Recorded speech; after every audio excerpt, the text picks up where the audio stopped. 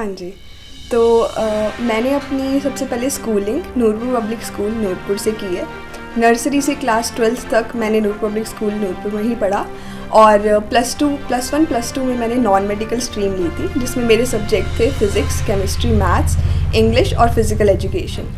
तब मैंने +2 में जो CBSE के बोर्ड एग्ज़ाम थे उसमें मैंने मैथ्स में और फिज़िकल एजुकेशन में 100 आउट ऑफ 100 मार्क्स लिए थे और टोटल परसेंटेज मेरी 96.8 आई थी। उसके बाद मैंने JEE मेंस का पेपर भी दिया था जो मेरा क्लियर हो गया था और मेरे 92.4 परसेंटाइल आया था।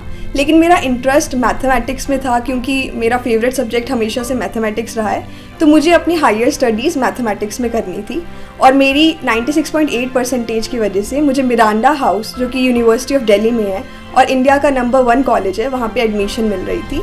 तो इसीलिए मैंने वहाँ पे एडमिशन ली और वहाँ पे जाके मैंने जो कोर्स किया वो BSc ऑनर्स मैथमेटिक्स था, जिसमें मुझे वहाँ पे स्कॉलरशिप भी मिली गवर्नमेंट ऑफ इंडिया की तरफ से, इंस्पायर स्कॉलरशिप जिसको कहा जाता है, ministry of science and technology की तरफ से। तो उसी स्कॉलरशिप के थ्रू मेरी 3 इयर्स ऑफ जो ग्रेजुएशन है वो फाइनेंस हुई थी। तो कॉलेज में मैंने जब BSc ऑनर्स मैथमेटिक्स किया तो मेरा उसमें जो ग्रेड था, क्योंकि हमें CGPA मिलता था, तो आउट ऑफ 10 मेरा 9.38 CGPA आया था। तो ग्रेजुएशन मैंने फिर मिरांडा हाउस से की। अभी आप एयरफोर्स में जा रहे हैं, तो कैसा महसूस कर रहे हैं आप?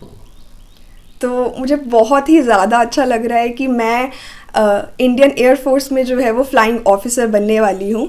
ये मेरा बचपन का सपना नहीं था, जैसे कुछ लोगों का एक चाइल्डहुड ड्रीम होता है कि I want to go to the armed forces या मुझे कुछ और करना है। तो मुझे जो पता था स्टार्टिंग में वो मुझे यही पता था कि what I have to do is consistent hard work और कंसिस्टेंसी मेंटेन करनी है, क्योंकि मैथ्स मेरा फेवरेट सब्जेक्ट था। तो that is why I decided कि मैं हायर स्टडीज़ जो है अपनी वो मैथ्स में करूँगी।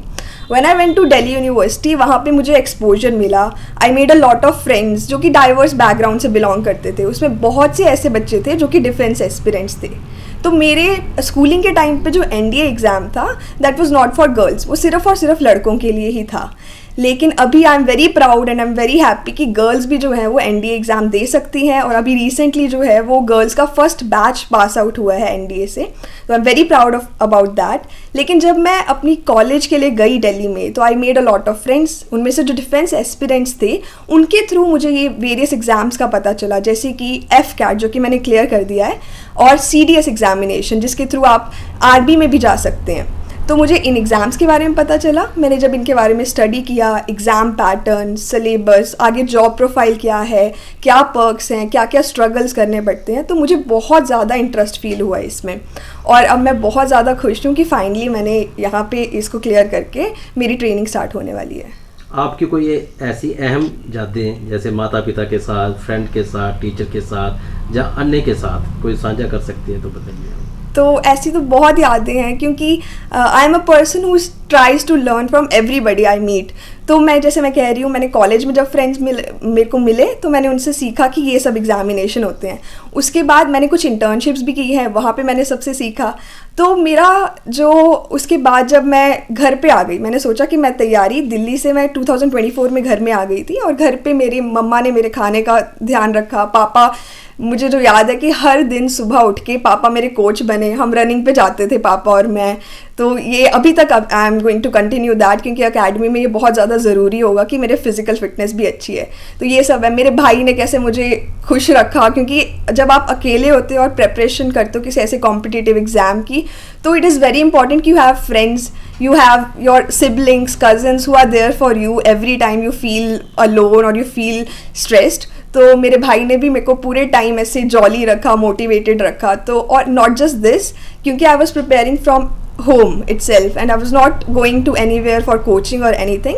मैंने सेल्फ स्टडी की है। लेकिन मेरे फ्रेंड्स ने जो कि डिफेंस एस्पिरेंट्स हैं, many of them are UPSC IAS aspirants, तो मैंने उनके साथ गूगल मीट पे, जूम पे सबके साथ ग्रुप डिस्कशंस किए, जैसे जो करंट अफेयर्स आते थे। तो ये सब कुछ ऐसी यादें हैं जो मेरे को हमेशा याद रहेंगी।